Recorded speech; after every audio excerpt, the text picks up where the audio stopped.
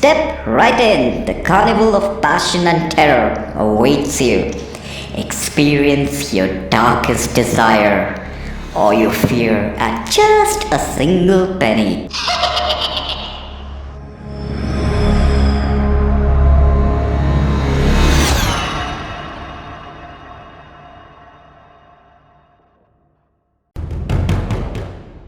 A group of teenagers were out in the woods one night camping when they suddenly saw a bright neon light appear at the edge of the forest. "Hey, look! What's that?" exclaimed John in curiosity. "It's midnight. Do you think it could be the forest rangers searching for someone?" inquired Joseph. "I don't know. I have heard people going missing in this forest of late," replied Alan. As they were wondering what the strange lights could be, John spoke. "Hey, listen! There's some music. Sounds like it's a carnival." "Carnival? Now? Here? Seriously?" confronted Alan with a sarcastic look. "Look guys, whatever it is, I think we should go check it out. Don't think we can get any sleep in all this cacophony," suggested John. The teenagers then ventured out into the woods towards the source of light. As they moved closer, the music became louder and the lights became brighter. Strangely, the three friends did not find the music to be amusing. It was rather strange, more like a cacophony of various musical instruments being played out together in a rather eerie manner. "Do you guys notice how weird the music sounds?" asked John. "Yeah, and also what's that smell? Ugh!" commented Alan. The friends now stood in front of what seemed like an entry gate. A skinny old man dressed as a jester stood by it. Step right in. The carnival of passion and terror awaits you. Experience your darkest desire or your fear at just a single penny, announced the jester. "Here's one. Let's see what this carnival is all about, huh?" said Alan while handing over a penny to the jester and ushering himself and his friends inside.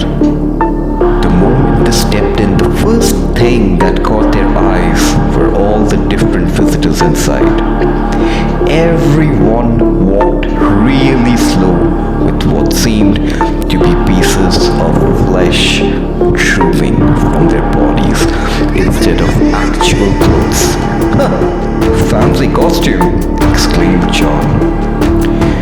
The teenagers then continued venturing inside, but as they kept going deeper into the carnival's heart, their initial excitement slowly turned to unease. The carnival's performers, clad in tattered costume that strangely seemed like flesh dangling from their bodies and painted faces that appeared unsettling, approached them with unsettling grins, offering candies and promises of eternal delight. As they explored the maze of tents made of flesh and rides dripping blood, they stumbled upon a decrepit funhouse, its entrance beckoning them with flashing lights and distorted laughter. Unable to resist, they entered and the doors slammed shut behind them. The teenagers' journey through the funhouse took an increasingly gruesome turn. The walls began to ooze a thick, viscous substance that resembled blood, and the air was thick with a nauseating metallic scent. The distorted laughter grew louder, grating on their nerves like a relentless cacophony of madness. In one room, they stumbled upon a grotesque scene. Tables covered in what appeared to be body parts were laid out, and the carnival performers were slicing and dicing the ghastly flesh as if it were a macabre feast. The eerie tattered costumes they wore now appeared to be stitched from patches of human skin.